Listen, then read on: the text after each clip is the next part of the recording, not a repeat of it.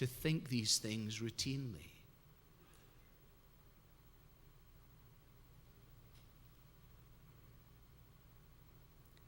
The Creator God steps down into time.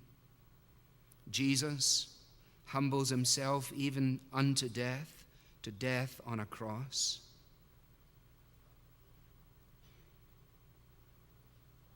Can it possibly be that the Lord whom we serve, the chief shepherd, the great shepherd of the sheep, should be the one who does all the humbling? No.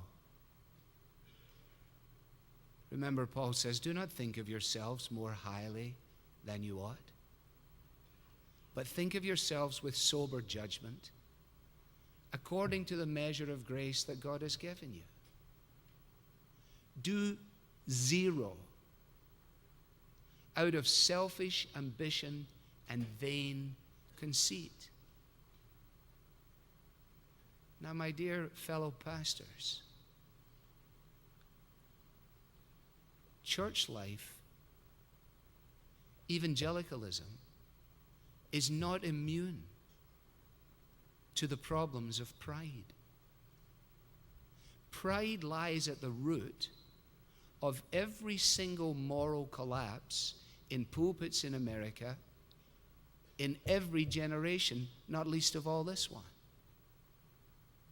And in the 25 years that I've had the privilege of pastoring here in America, I have watched as men whose sermons I listened to, whose books I read, and whose lives from a distance I admired, collapsed into absolute oblivion.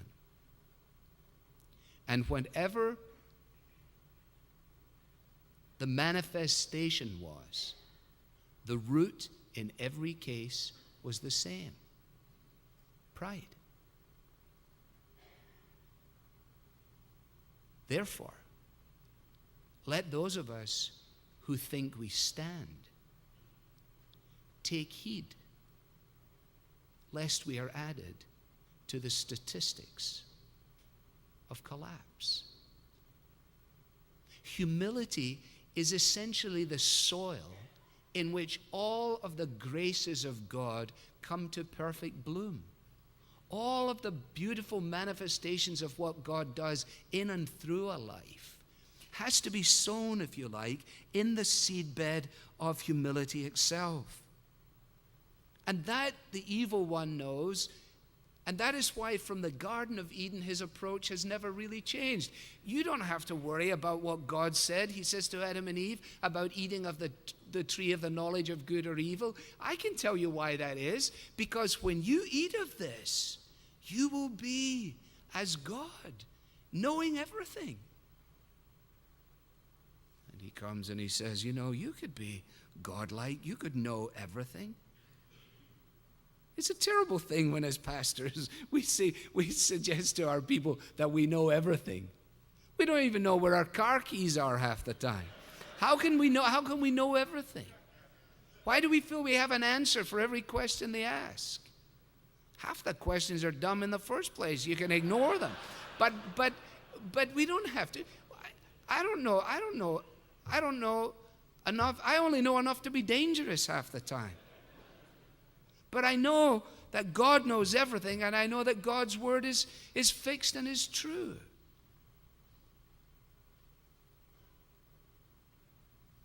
And when people ask about us, how slow we are to answer like John the Baptist.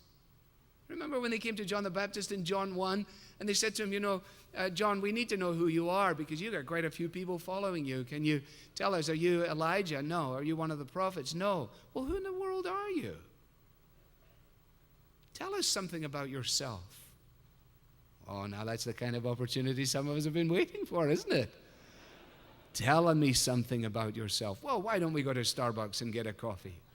And how long do you have? An hour, 2 hours? I'd love to tell you. I'd love to tell you all about me. I'd love just to tell you all about me. No.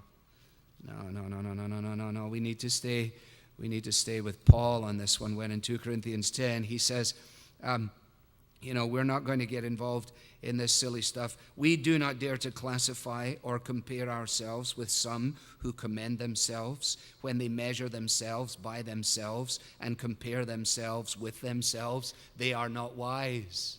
These characters are writing their own resumes and posting them on the internet and then just reading them to anybody that would listen. And Paul says, if you think for a flying rat's tail's rear end that we are going to play that game, you are crazy, he says. Listen, for it is not the one who commends himself who is approved, but the one whom the Lord commends. In other words, what you say about yourself is irrelevant. What God says about you matters. That's the only thing that matters at the end of the day. And until that dawns upon us, we will be too quick to jump up and give great explanations and be prepared to write a book like, no, I am not conceited, although I have every right to be so.